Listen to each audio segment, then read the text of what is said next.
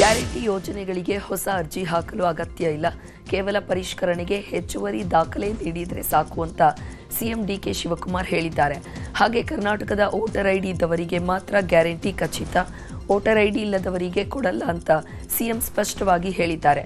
ನಿನ್ನೆ ಗೊಂದಲಗಳನ್ನೆಲ್ಲ ಬಗೆಹರಿಸಲು CM DK Shivakumar ಸಭೆ ಮಾಡಿದ್ರು. ಸಭೆಯಲ್ಲಿ ಸರ್ಕಾರದ ಮುಖ್ಯ ಕಾರ್ಯದರ್ಶಿ ಶಾಲಿನಿ ರಜನೀಶ್, ಗ್ಯಾರಂಟಿ ಅನುಷ್ಠಾನ ಸಮಿತಿ ಸದಸ್ಯರು, ಹಿರಿಯ ಅಧಿಕಾರಿಗಳು ಭಾಗಿಯಾಗಿದ್ದರು. ಗೃಹಲಕ್ಷ್ಮಿ ಗೃಹಜ್ಯೋತಿ ಪರಿಷ್ಕರಣೆ ಯಾವ ಹಂತಕ್ಕೆ ಬಂದಿದೆ, ಏನೇನಾಗ್ತಾ ಇದೆ ಅಂತ ವರದಿಯನ್ನು ಪಡ್ಕೊಂಡ್ರು. ಇಂದು ಸಿಎಂ ಡಿಕೆ ಶಿವಕುಮಾರ್ ಅಧ್ಯಕ್ಷತೆಯಲ್ಲಿ ಸಚಿವ ಸಂಪುಟ ಸಭೆ ನಡೆಯಲಿದೆ. ಸಂಪುಟ ಸಭೆಯಲ್ಲಿ 40 ಪ್ರಮುಖ ಅಂಶಗಳ ಕುರಿತಾಗಿ ಚರ್ಚೆ ನಡೆಸಲಿದ್ದಾರೆ. ಬಿಡದಿ ಟೌನ್ಶಿಪ್ ವಿಚಾರವಾಗಿಯೂ ಮಹತ್ವದ ಸುದೀರ್ಘ ಚರ್ಚೆ ನಡೆಸಲಿದ್ದಾರೆ. ಇನ್ನು ವಿವಿಧ ಕಾಮಗಾರಿಗಳಿಗೆ ಇಂದಿನ ಸಂಪುಟದಲ್ಲಿ ಒಪ್ಪಿಗೆ ನೀಡುವ ಸಾಧ್ಯತೆ ಇದೆ. ಬಿಡದಿ ಟೌನ್ಶಿಪ್ ವಿರೋಧಿಸಿ ನಾಳೆಯಿಂದ ಜೆಡಿಎಸ್ನಿಂದ ಹೋರಾಟ ನಡೆಯಲಿದೆ. ಭೂ ಸ್ವಾಧೀನ ಆಗಿರುವ 26 ಗ್ರಾಮಗಳಲ್ಲಿ ನಿಖಿಲ್ ಕುಮಾರಸ್ವಾಮಿ ನೇತೃತ್ವದಲ್ಲಿ ಪಾದಯಾತ್ರೆ ನಡೆಯಲಿದೆ. ಇನ್ನು ಬಿಡದಿ ಟೌನ್ಶಿಪ್ ಕೈಬಿಡಬೇಕೆಂಬ ಒತ್ತಾಯಿಸಿ ರಾಜ್ಯ ಸರ್ಕಾರದ ಮುಖ್ಯ ಕಾರ್ಯದರ್ಶಿ ಶಾಲಿನಿ ರಜನೀಶ್ಗೆ ಪತ್ರದ ಮೂಲಕ ಜೆಡಿಎಸ್ ಮನವಿ ಮಾಡಿದೆ. ಕೃಷಿಗೆ ಯೋಗ್ಯವಾದ ಭೂಮಿಯನ್ನು ರಿಯಲ್ ಎಸ್ಟೇಟ್ ಮಾಡುವ ಉದ್ದೇಶದಿಂದ ಕಸಿದುಕೊಳ್ಳಲಾಗ್ತಾ ಇದೆ. ಈ ಯೋಜನೆಯನ್ನು ತಕ್ಷಣ ಕೈಬಿಡುವಂತೆ ಪತ್ರದ ಮೂಲಕ ಆಗ್ರಹಿಸಿದ್ದಾರೆ. ಇನ್ನು ಬಿಡದಿ ಟೌನ್ಶಿಪ್ ಜಟಾಪಟಿ ನಡುವೆ ರೈತರಿಗೆ ಭೂ ಪರಿಹಾರ ಹಣದ ಚೆಕ್ ವಿತರಣೆ ಮಾಡಲಾಗಿದೆ. ಯೋಜನೆಯ ಪಾಲುದಾರರು ಹಾಗೂ ರೈತರಿಗೆ ಗ್ರೇಟರ್ ಬೆಂಗಳೂರು ಅಭಿವೃದ್ಧಿ ಪ್ರಾಧಿಕಾರದಿಂದ ಚೆಕ್ ವಿತರಣೆ ಮಾಡಲಾಯಿತು. ರಾಮನಗರ ಕಂದಾಯ ಭವನದಲ್ಲಿರುವಂತಹ ಜಿಬಿಡಿಎ ಕಚೇರಿಯಲ್ಲಿ ಮಾಗಡಿ ಶಾಸಕ ಎಸ್.ಸಿ. ಬಾಲಕೃಷ್ಣ ಹಾಗೂ ಜಿಬಿಡಿಎ ಅಧ್ಯಕ್ಷ ಗಾಣಕಲ್ ನಟರಾಜು ಚೆಕ್ ವಿತರಣೆ ಮಾಡಿದರು.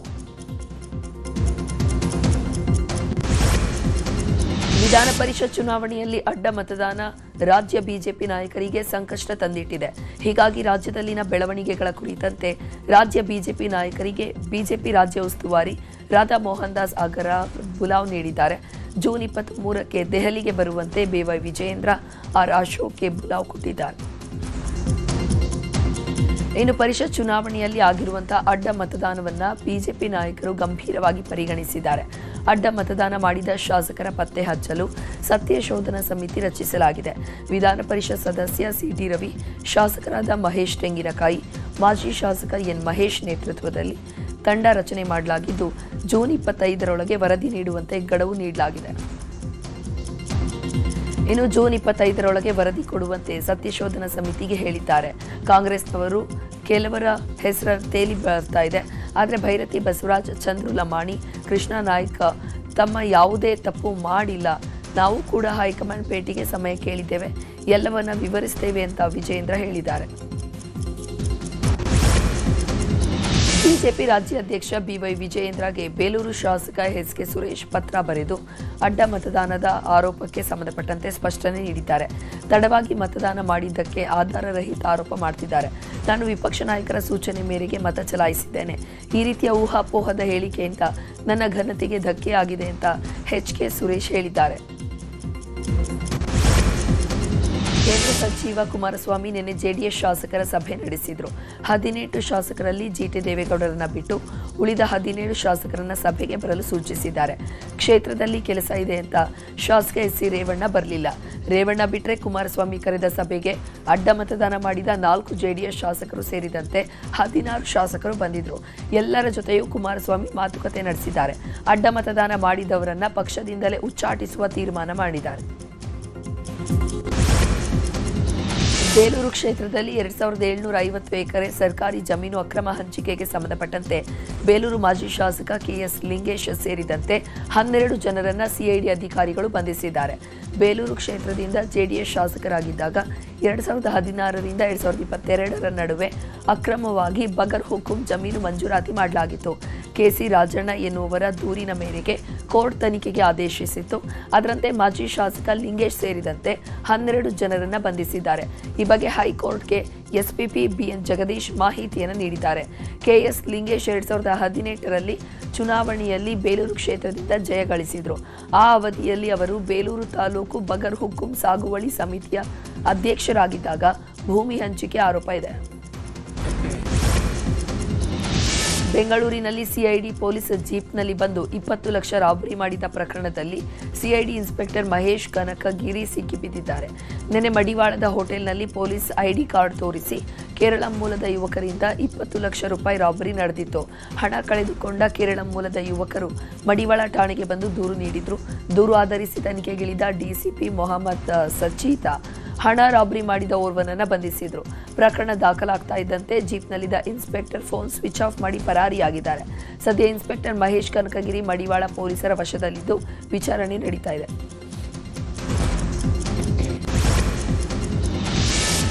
ಮಹರ್ಷಿ ವಾಲ್ಮೀಕಿ ನಿಗಮದಲ್ಲಿ ಅವ್ಯವಹಾರ ಪ್ರಕರಣಕ್ಕೆ ಸಂಬಂಧಪಟ್ಟಂತೆ ಮಾಜಿ ಸಚಿವ ಬಿ ನಾಗೇಂದ್ರ ಜಾಮೀನು ರದ್ದು ಕೋರಿ ಸಿಬಿಐ ಅರ್ಜಿ ಸಲ್ಲಿಸಿದೆ. ವಿಚಾರಣೆ ವೇಳೆ ಆರೋಪಿಗಳ ಮೊಬೈಲ್ನಲ್ಲಿ ಕೆಲ ವಿಡಿಯೋಗಳು ಪತ್ತೆಯಾಗಿದೆ. ಹಣದ ಕಂತೆ ಎಣಿಸುತ್ತಿರುವಂತಹ ವಿಡಿಯೋಗಳ ಬಗ್ಗೆ ವಿವರಣೆ ನೀಡಿಲ್ಲ. ಅಲ್ಲದೆ ಮುಂಬೈನ ಮಹಿಳೆಯೊಬ್ಬರು 2,50,00,000 ಹಣ ವರ್ಗಾವಣೆಯಾಗಿದೆ. ಆಕೆ ಬಿ ನಾಗೇಂದ್ರ ಅವರ ಪತ್ನಿ ಎಂದು ಹೇಳಿಕೊಂಡಿದ್ದಾರೆ. ಮುಂಬೈ ಅಪಾರ್ಟ್ಮೆಂಟ್ನಲ್ಲಿರುವಂತಹ ಮಹಿಳೆಯ ದಾಖಲೆಗಳಲ್ಲೂ ಕೂಡ ಬಿ ನಾಗೇಂದ್ರ ಪತ್ನಿ ಅಂತ ಇದೆ ಅಂತ ಅರ್ಜಿಯಲ್ಲಿ ಉಲ್ಲೇಖಿಸಲಾಗಿದೆ. ಹಣದ ವರ್ಗಾವಣೆ ಬಗ್ಗೆ ಸೂಕ್ತ ವಿವರಣೆ ನೀಡಿಲ್ಲ. ಹೀಗಾಗಿ ಜಾಮೀನು ರದ್ದು ಮಾಡಬೇಕು ಅಂತ ಸಿಬಿಐ ಪರ ಎಸ್ಪಿಪಿ ಪ್ರಸನ್ನಕುಮಾರ್ ಮನವಿ ಮಾಡಿದ್ದಾರೆ. ಬಿಜೆಪಿ ವಿರುದ್ಧ ಅವಹೇಳನಕಾರಿ ಪೋಸ್ಟ್ ಹಾಕಿದ ಕೇಸ್ನಲ್ಲಿ ಸಿಎಂ ಡಿಕೆ ಶಿವಕುಮಾರ್ಗೆ ಬಿಗ್ ರಿಲೀಫ್ ಸಿಕ್ಕಿದೆ. ನಾನು ಕರಸೇವಕ, ನನ್ನನ್ನು ಬಂಧಿಸಿ ಅಂತ ಬಿಜೆಪಿಯ ಪೋಸ್ಟರ್ ತಿರುಚಿ ಎಕ್ಸ್ನಲ್ಲಿ ಕಾಂಗ್ರೆಸ್ನಿಂದ ಪೋಸ್ಟ್ ಮಾಡಲಾಗಿತ್ತು. ಈ ಸಂಬಂಧ ವಕೀಲ ಯೋಗೇಂದ್ರ ಹೊಡಘಟ್ಟ ಖಾಸಗಿ ದೂರು ದಾಖಲಿಸಿದ್ರು. ಪ್ರಕರಣ ರದ್ದು ಕೋರಿ ಸಿಎಂ ಹೈಕೋರ್ಟ್ ಮೆಟ್ಟಿಲೇರಿದ್ರು. ಈಗ ಪ್ರಕರಣ ರದ್ದುಪಡಿಸಿ ನ್ಯಾಯಮೂರ್ತಿ ಎಂ ನಾಗಪ್ರಸನ್ನ ಪೀಠ ತೀರ್ಪು ನೀಡಿದೆ. ಇಂದು ಮಧ್ಯಾಹ್ನ ಮಹಾರಾಷ್ಟ್ರಕ್ಕೆ ತೆರಳುತ್ತಾ ಇರುವಂತಹ ಸಿಎಂ ಡಿಕೆಶಿ ಮಹಾರಾಷ್ಟ್ರ ಸಿಎಂ ದೇವೇಂದ್ರ ಫಡ್ನವೀಸ್ ಭೇಟಿಯಾಗುವ ಸಾಧ್ಯತೆ ಇದೆ. ಕೃಷ್ಣಾ ಜಲಾಶಯಕ್ಕೆ ನೀರು ಬಿಡುಗಡೆಗೆ ಸಂಬಂಧಪಟ್ಟಂತೆ ಮಹಾರಾಷ್ಟ್ರ ಸಿಎಂ ಬಳಿ ಡಿಕೆಶಿ ಮನವಿ ಮಾಡಲಿದ್ದಾರೆ. ಕುಡಿಯುವ ನೀರು ಮತ್ತು ಮುಂಗಾರು ಬಿತ್ತನೆಗೆ ಮಳೆ ನೀರಿನ ಅಭಾವ ಉಂಟಾಗಿದೆ. ನೀರು ಬಿಡುವಂತೆ ಖುದ್ದು ಮಹಾ ಸಿಎಂ ಬಳಿ ಡಿಕೆಶಿ ಮನವಿ ಮಾಡಲಿದ್ದಾರೆ. ಬಳಿಕ ನಾಳೆ ಬೆಳಗ್ಗೆ ಬೆಂಗಳೂರಿಗೆ ಸಿಎಂ ಡಿಕೆಶಿ ವಾಪಸ್ ಆಗಲಿದ್ದಾರೆ. ಕರಾವಳಿಯಲ್ಲಿ ಪ್ರವಾಸೋದ್ಯಮ ಅಭಿವೃದ್ಧಿ ಕುರಿತಂತೆ ವಿಧಾನಸೌಧದಲ್ಲಿ ಮಹತ್ವದ ಸಭೆ ನಡೆಯಿತು. ಸಿಎಂ ನೇತೃತ್ವದಲ್ಲಿ ನಡೆದ ಸಭೆಯಲ್ಲಿ ನಟ ರಿಷಬ್ ಶೆಟ್ಟಿ ಕೂಡ ಭಾಗಿಯಾಗಿದ್ದರು. ಸಭೆಗೆ ಆಗಮಿಸಿದ ರಿಷಬ್ ಶೆಟ್ಟಿ ಅವರನ್ನ ಖುದ್ದಾಗಿ ಸಿಎಂ ಡಿಕೆ ಶಿವಕುಮಾರ್ ಆತ್ಮೀಯವಾಗಿ ಬರಮಾಡಿಕೊಂಡರು. ಕೆಪಿಟಿಸಿಎಲ್ ವತಿಯಿಂದ ತುರ್ತು ನಿರ್ವಹಣಾ ಕಾಮಗಾರಿ ಹಿನ್ನೆಲೆ ಇಂದು ಬೆಂಗಳೂರಿನ ಹಲವೆಡೆ ವಿದ್ಯುತ್ ವ್ಯತ್ಯಯ ಆಗಲಿದೆ. ಮಲ್ಲೇಶ್ವರಂ ವಿಭಾಗದ 6 ಉಪವಿಭಾಗದಲ್ಲಿ ಬೆಳಿಗ್ಗೆ 10 ಗಂಟೆಯಿಂದ ಸಂಜೆ 5 ಗಂಟೆವರೆಗೆ ವಿದ್ಯುತ್ ಪೂರೈಕೆಯಲ್ಲಿ ವ್ಯತ್ಯಯ ಉಂಟಾಗಲಿದೆ. ರಾಮಯ್ಯ ಆಸ್ಪತ್ರೆ, ರಾಮಯ್ಯ ಬಾಲಕರ ಹಾಸ್ಟೆಲ್, ಪೈಪ್ಲೈನ್ ರಸ್ತೆ, ಎಂಎಸ್ಆರ್ ನಗರ, ಬಿಇಎಲ್ ರಸ್ತೆ, ಸಿಪಿಆರ್ಐ ಕ್ವಾರ್ಟರ್ಸ್, ಸದಾಶಿವನಗರ ಪೊಲೀಸ್ ಠಾಣೆ, AGS layout, Jaladarshini layout, AK colony, Sriniketh apartment ಮತ್ತು ಕಾಫಿ ಡೇ, ನಾರಾಯಣ ಪ್ರಸಾದ್ ಕಟ್ಟಡ, Seenappa layout, ISRO, dollars colony, Chikkammaranahalli, Gowri apartment ಸೇರಿದಂತೆ ಹಲವೆಡೆ ವಿದ್ಯುತ್ ವ್ಯತ್ಯಯ ಆಗಲಿದೆ. ಬೆಂಗಳೂರಿನಲ್ಲಿ ಜಲಮಂಡಳಿಯ 40 ಅಡಿ ಆಳದ ಡ್ರೈನೇಜ್ಗೆ ಬಿದ್ದ ಇಬ್ಬರಿಗಾಗಿ ಶೋಧ ಕಾರ್ಯ ಮುಂದುವರೆದಿದೆ. ವರ್ತೂರು ಬಳಿಯ ಬೆಳಗೆರೆಯಲ್ಲಿ ಮೊನ್ನೆ ಈ ದುರ್ಘಟನೆ ಸಂಭವಿಸಿದೆ. ಘಟನೆ ನಡೆದು 2 ದಿನ ಆದರೂ ಕೂಡ ಮೃತದೇಹ ಇನ್ನೂ ಪತ್ತೆಯಾಗಿಲ್ಲ. ವರ್ತೂರು ಎಸ್ಟಿಪಿ ಘಟಕದಲ್ಲಿ ಮೃತದೇಹ ಪತ್ತೆ ಕಾರ್ಯಾಚರಣೆ ನಡೀತಾ ಇದೆ. ಕಾರ್ಮಿಕರ ಮೃತದೇಹ ಪತ್ತೆಗಾಗಿ ಎನ್ಡಿಆರ್ಎಫ್ ನಿಯೋಜನೆ ಮಾಡಲಾಗಿದೆ. ಈ ದುರ್ಘಟನೆಯಲ್ಲಿ 2 ಕಾರ್ಮಿಕರು ಮೃತಪಟ್ಟಿದ್ದಾರೆ ಅಂತ ಬಿಡಬ್ಲ್ಯೂಎಸ್ಎಸ್ಪಿ ಖಚಿತ ಮಾಹಿತಿ ಪಡಿಸಿದೆ. ಇನ್ನು ಬ್ರಿಜೇಶ್ ಮತ್ತು ಅಖಿಲೇಶ್ ಮೃತದೇಹಗಳಿಗಾಗಿ ತೀವ್ರ ಶೋಧ ಕಾರ್ಯ ನಡೀತಾ ಇದೆ. ಈಜಲು ಹೋಗಿದ್ದ ಯುವಕ ಕೆರೆಯಲ್ಲಿ ಮುಳುಗಿ ಸಾವನ್ನಪ್ಪಿರುವ ಘಟನೆ ಕೊಪ್ಪಳ ಜಿಲ್ಲೆ ಯಲಬುರ್ಗಾದ ಕೆಂಪು ಕೆರೆಯಲ್ಲಿ ನಡೆದಿದೆ. ಗದಗ ಮೂಲದ 28 ವರ್ಷದ ಸಂತೋಷ್ ಸೇಬಣ್ಣನವರ ಮೃತ ದುರ್ದೈವಿ. ಅಗ್ನಿಶಾಮಕ ದಳ ಮೃತದೇಹ ಹೊರತೆಗೆದಿದ್ದು ಯಲಬುರ್ಗಾ ಪೊಲೀಸರು ಸ್ಥಳಕ್ಕೆ ಭೇಟಿ ನೀಡಿ ಪರಿಶೀಲಿಸಿದ್ದಾರೆ. ಮೆಟ್ರೋ ರೈಲು ಹತ್ತುವಾಗ ಪ್ಲಾಟ್ಫಾರ್ಮ್ ಮತ್ತು ರೈಲಿನ ಮಧ್ಯೆ ಕಾಲು ಸಿಲುಕಿ ಪ್ರಯಾಣಿಕ ಪರದಾಡಿದ್ದಾನೆ. ನಾಡಪ್ರಭು ಕೆಂಪೇಗೌಡ ನಿಲ್ದಾಣ ಮೆಜೆಸ್ಟಿಕ್ನಲ್ಲಿ ಓಡಿ ಹೋಗಿ ರೈಲು ಹತ್ತುವಾಗ ಈ ಘಟನೆ ಸಂಭವಿಸಿದೆ. ಪ್ರಯಾಣಿಕನ ರಕ್ಷಣೆಗೆ ಮೆಟ್ರೋ ಸಿಬ್ಬಂದಿ ಹರಸಾಹಸ ಪಟ್ಟಿದ್ದಾರೆ. ಕೊನೆಗೆ ಪ್ರಯಾಣಿಕನನ್ನ ರಕ್ಷಣೆ ಮಾಡಿದ್ದು ಕಾಲಿಗೆ ಗಂಭೀರ ಗಾಯವಾಗಿದೆ. ಎಐ ಬಳಸಿ ನಟಿ ರುಕ್ಮಿಣಿ ವಸಂತ್ ಅಶ್ಲೀಲ ಫೋಟೋ ವೈರಲ್ ಪ್ರಕರಣದಲ್ಲಿ ಸೈಬರ್ ಕಮಾಂಡ್ ಪೊಲೀಸರು 3 ಬಂಧಿಸಿದ್ದಾರೆ. ಬಾಗಲಕೋಟೆಯ ರವಿಕುಮಾರ್, ತೀರ್ಥಹಳ್ಳಿ ಮೂಲದ ಚಂದ್ರಕಾಂತ್ ಮತ್ತು ಬೆಂಗಳೂರಿನ ಮಂಜುನಾಥ ನಗರದ ನಿವಾಸಿ ರಂಜಿತ್ ಲಾಕ್ ಆಗಿದ್ದಾರೆ. ಎಐ ತಂತ್ರಜ್ಞಾನ ಬಳಸಿ ನಟಿಯ ವಿಡಿಯೋ ಮತ್ತು ಫೋಟೋ ವೈರಲ್ ಮಾಡಿದ್ರು. ಬಂಧಿತರಿಂದ ಕೃತ್ಯಕ್ಕೆ ಬಳಸಿದ 3 ಮೊಬೈಲ್ಗಳನ್ನು ವಶಪಡಿಸಲಾಗಿದೆ. ಇನ್ನು ಸೈಬರ್ ಕಮಾಂಡ್ ಪೊಲೀಸರು ತನಿಖೆ ಮುಂದುವರೆಸಿದ್ದಾರೆ. ನಕಲಿ ಆಧಾರ್ ಕಾರ್ಡ್ ತಯಾರಿಸಿ ವಂಚನೆ ಪ್ರಕರಣದಲ್ಲಿ ಬೆಳಗಾವಿ ಮಾರ್ಕೆಟ್ ಪೊಲೀಸರು 2 ಆರೋಪಿಗಳನ್ನು ಬಂಧಿಸಿದ್ದಾರೆ. ನಕಲಿ ವ್ಯಕ್ತಿಗಳನ್ನು ನ್ಯಾಯಾಲಯಕ್ಕೆ ಜಾಮೀನುದಾರನನ್ನಾಗಿ ವಂಚನೆ ಮಾಡಿದ್ರು. ಇನ್ನು ಇಮ್ರಾನ್ ಮಿಶ್ರಿಕೋಟೆ, ಅವಿನಾಶ್ ಲಾಕ್ ಆಗಿದ್ದಾರೆ. ನಕಲಿ ದಾಖಲೆ ತಯಾರಿಸ್ತಾ ಇದ್ದ ಕಂಪ್ಯೂಟರ್ ಸೇರಿದಂತೆ ವಸ್ತುಗಳನ್ನು ಜಪ್ತಿ ಮಾಡಲಾಗಿದೆ. ಮಾರ್ಕೆಟ್ ಠಾಣೆಯಲ್ಲಿ ಕೇಸ್ ದಾಖಲಾಗಿದೆ. ಖಾಸಗಿ ಪಶು ವೈದ್ಯಕೀಯ ಕಾಲೇಜುಗಳ ಸ್ಥಾಪನೆ ವಿರೋಧಿಸಿ ಹೆಬ್ಬಾಳ ಪಶು ವೈದ್ಯಕೀಯ ಮಹಾವಿದ್ಯಾಲಯದ ವಿದ್ಯಾರ್ಥಿಗಳು ಆಕ್ರೋಶ ದಿನದಿಂದ ದಿನಕ್ಕೆ ಹೆಚ್ಚಾಗ್ತಾ ಇದೆ.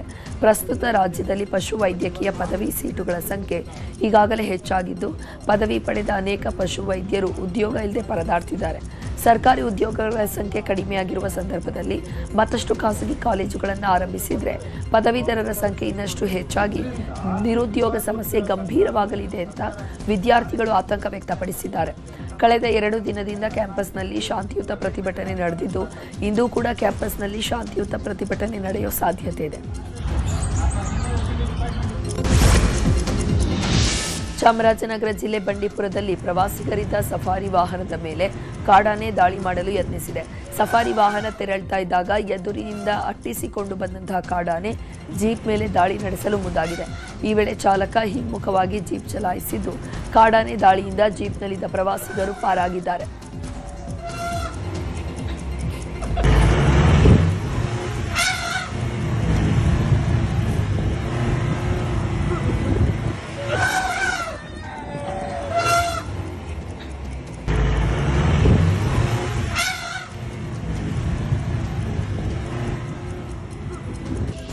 ಇನ್ನು ಮಲೆನಾಡಿನಲ್ಲಿ ಕಾಡಾನೆ ಹಾವಳಿ ಮಿತಿ ಮೀರಿದೆ. ಚಿಕ್ಕಮಗಳೂರಿನ ಎನ್ಆರ್ಪುರ ತಾಲೂಕಿನ ಕಲ್ಲುಕೂವೆ ಬಳಿಯಲ್ಲಿ ಸತೀಶ್ ಬಸವರಾಜ್ ಎನ್ನುವಂತಹ ಅರಣ್ಯ ಸಿಬ್ಬಂದಿ ಮೇಲೆ ಕಾಡಾನೆ ದಾಳಿ ಮಾಡಿದೆ. ಈ ದಾಳಿಯಿಂದ ಸತೀಶ್ ಬೆನ್ನುಮೂಳೆ ಮುರಿತ ಆಗಿದೆ. ಬಸವರಾಜ್ ಕೈ ಕಾಲುಗಳಿಗೆ ಗಾಯ ಆಗಿದೆ. ಇನ್ನು ಗಾಯಾಳುಗಳಿಗೆ ಶಿವಮೊಗ್ಗದ ಮೆಗ್ಗಾನ್ ಆಸ್ಪತ್ರೆಯಲ್ಲಿ ಚಿಕಿತ್ಸೆ ನೀಡಲಾಗುತ್ತಿದೆ. ಕಳೆದ 15 ದಿನಗಳಿಂದ ಮಳೆ ಬಾರದೆ ಕೊಪ್ಪಳ ಜಿಲ್ಲೆ ರೈತರು ಕಂಗಾಲಾಗಿದ್ದಾರೆ.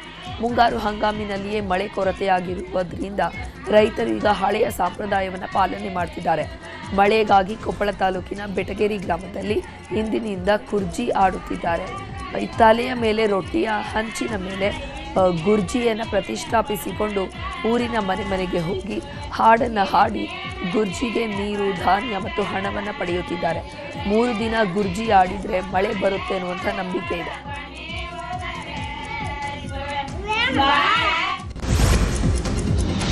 ಫುಟ್ಪಾತ್ನಲ್ಲಿ ನಡೆಯುವಂತಹ ಹಕ್ಕು ಮೂಲಭೂತ ಹಕ್ಕು ಅಂತ ಸುಪ್ರೀಂ ಕೋರ್ಟ್ ಮಹತ್ವದ ಅಭಿಪ್ರಾಯ ವ್ಯಕ್ತಪಡಿಸಿದೆ. ಸುಪ್ರೀಂ ಕೋರ್ಟ್ನ ಘೋಷಣೆಗೆ ಎಐಸಿಸಿ ನಾಯಕ ಜೈರಾಮ್ ರಮೇಶ್ ಶ್ಲಾಘನೆ ವ್ಯಕ್ತಪಡಿಸಿದ್ದಾರೆ. ಜೊತೆಗೆ ಮತದಾನದ ಹಕ್ಕು ಕೂಡ ಮೂಲಭೂತ ಹಕ್ಕಲ್ಲವೇ? ಈ ಕುರಿತ ಅಭಿಪ್ರಾಯಕ್ಕೆ ಏನು ಹೇಳ್ತೀರಿ? ಸಾವಿನ ಸುಳಿಯಿಂದ ಪ್ರಜಾಪ್ರಭುತ್ವ ರಕ್ಷಿಸಲು ಇದು ಅಗತ್ಯ. ಭಾರತೀಯ ಪ್ರಜಾಪ್ರಭುತ್ವವನ್ನು ರಕ್ಷಿಸಲು ಇದು ಅತ್ಯಂತ ಮಹತ್ವ ಅಂತ ಎಕ್ಸ್ನಲ್ಲಿ ಕಾಂಗ್ರೆಸ್ ನಾಯಕ ಜೈರಾಮ್ ರಮೇಶ್ ಪೋಸ್ಟ್ ಹಾಕಿದ್ದಾರೆ.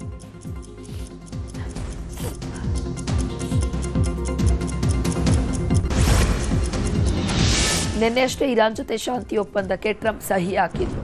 ಈ ಬೆನ್ನಲ್ಲೇ ಮತ್ತೆ ದಕ್ಷಿಣ ಲೆಬನಾನ್ ಮೇಲೆ ಇಸ್ರೇಲ್ ಪಡೆಗಳು ಭೀಕರ ವೈಮಾನಿಕ ದಾಳಿ ನಡೆಸಿವೆ. ಈ ವೇಳೆ ಕನಿಷ್ಠ 16 ಜನ ಮೃತಪಟ್ಟಿದ್ದಾರೆ. ದಾಳಿ ಮಾಡಿದ ನಂತರ ಶಾಂತಿ ಒಪ್ಪಂದಕ್ಕೆ ಶರಣಾಗಿದ್ದಾರೆ. ಇಂದು ಅಫ್ಘಾನಿಸ್ತಾನದ ವಿರುದ್ಧದ 3ನೇ ಏಕದಿನ ಪಂದ್ಯ ನಡೆಯಲಿದೆ. ಚೆನ್ನೈನ ಚಿದಂಬರಂ ಮೈದಾನದಲ್ಲಿ ಪಂದ್ಯ ನಡೆಯಲಿದೆ. ಕಳೆದ 2 ಪಂದ್ಯಗಳಲ್ಲಿ ಅಫ್ಘಾನಿಸ್ತಾನದ ವಿರುದ್ಧ ಭರ್ಜರಿ ಗೆಲುವು ದಾಖಲಿಸಿರುವಂತಹ ಭಾರತ 2-0 ಅಂತರದಿಂದ ಸರಣಿ ವಶಪಡಿಸಿಕೊಂಡಿದೆ. ಇಂದಿನ ಪಂದ್ಯ ಗೆದ್ದು ಭಾರತ ಸರಣಿ ಕ್ಲೀನ್ ಸ್ವೀಪ್ ಮಾಡುವ ತವಕದಲ್ಲಿದೆ. ಇತ್ತ ಅಫ್ಘಾನಿಸ್ತಾನ 1 ಪಂದ್ಯವನ್ನಾದರೂ ಗೆಲ್ಲುವ ಮೂಲಕ ಕ್ಲೀನ್ ಸ್ವೀಪ್ನಿಂದ ತಪ್ಪಿಸಿಕೊಳ್ಳಲು ಪ್ರಯತ್ನಿಸುತ್ತಿದೆ. ಲಹರಿ ಫಿಲ್ಮ್ಸ್ ನಿರ್ಮಾಣದ ಗ್ರಾಮಾಯಣ ಚಿತ್ರದ ಹಾಡು ರಿಲೀಸ್ ಆಗಿದೆ. ಈಗಾಗಲೇ ಚಿತ್ರದ ಹಾಡುಗಳು ಹಿಟ್ ಆಗಿದ್ದು ಇದೀಗ ಏನೇ ಹೇಳು ಕುಸುಮ ಹಾಡು ಸೌಂಡ್ ಮಾಡ್ತಾ ಇದೆ. ವಿನಯ್ ರಾಜ್ಕುಮಾರ್, ಮೇಘಾ ಶೆಟ್ಟಿ ಕಾಂಬಿನೇಷನ್ನ ಚಿತ್ರ ಜುಲೈ 3ಕ್ಕೆ ತೆರೆಗೆ ಬರ್ತಾ ಇದೆ.